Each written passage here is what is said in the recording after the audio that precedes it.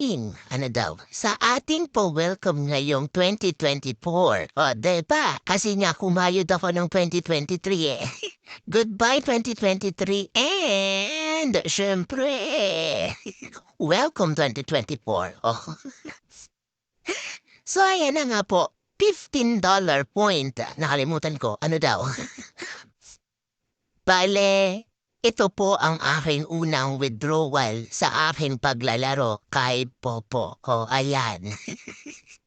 At dahil nga po nagkamali ako ng aking pag-withdraw, so ito inulit ko yung aking pag-withdraw sa taong 2020, dami kong 20, sa taong 2024. Unang withdraw ko, legit dito kay Popo, legit dito sa agency ko. Oh. Hindi ko naman po kayo hinahamak, hindi ko rin po kayo hinihila. Pero ito lang po ay isang motivation.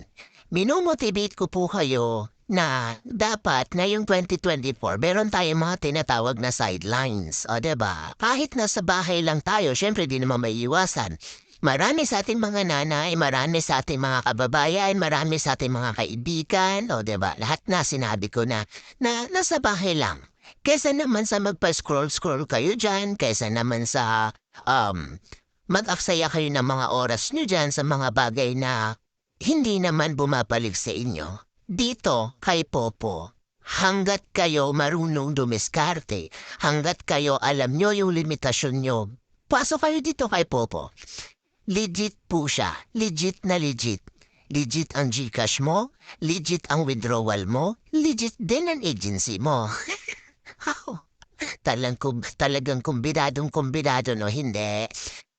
Guys, proud lang po talaga ako na ngayong 2024, makapa-withdraw ko, unang araw, unang pagkakataon. So yun nga lang, back to zero tayo, pero kayod lang.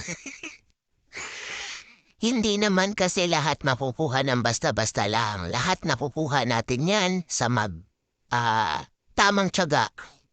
Tamang tiyaga para may ilalada. So ayan na nga po, direkod ko na para kahit papano parang ma-advise ko kayo. Ano daw? Pero hindi nga, tara na. Sa 2024, pwede po kayong maglaro dito kay Tae na tinatawag namin Tae. Ano daw, pasintabi sa mga pumakain na nakakarinig ng akin nga sinasabi dito. Pero legit, totoo. Basta may tsaka ka, hanggat alam mo ang limitasyon mo, sama ka dito, pasok ka dito kay Popo. Extra sideline, extra kita, para hindi rin sayang yung wifi natin na tumatakbo. Pasasaan at pasasaan ba? Hanggat kayo ay may tiyaga, sigurado, legit kayong makaka-withdraw. Oh, di ba? Nag-back to zero na nga talaga. Naubos na. Naubos na po. So yan po sa loob po ng aking paglalaro. Yan po ang aking kinita ngayong unang araw ng 2024.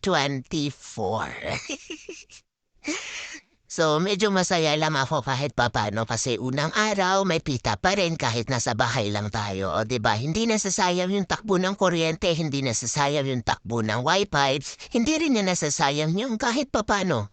Basta may tiyaga, may limitasyon kayo, alam niyo kung ano yung mga dapat yung gawin, alam niyo kung hanggang saan lang kayo dapat sa paglalaro at alam nyo i-manage yung oras natin. Baka naman sa sobrang paglalaro, napabayaan na natin yung pamilya.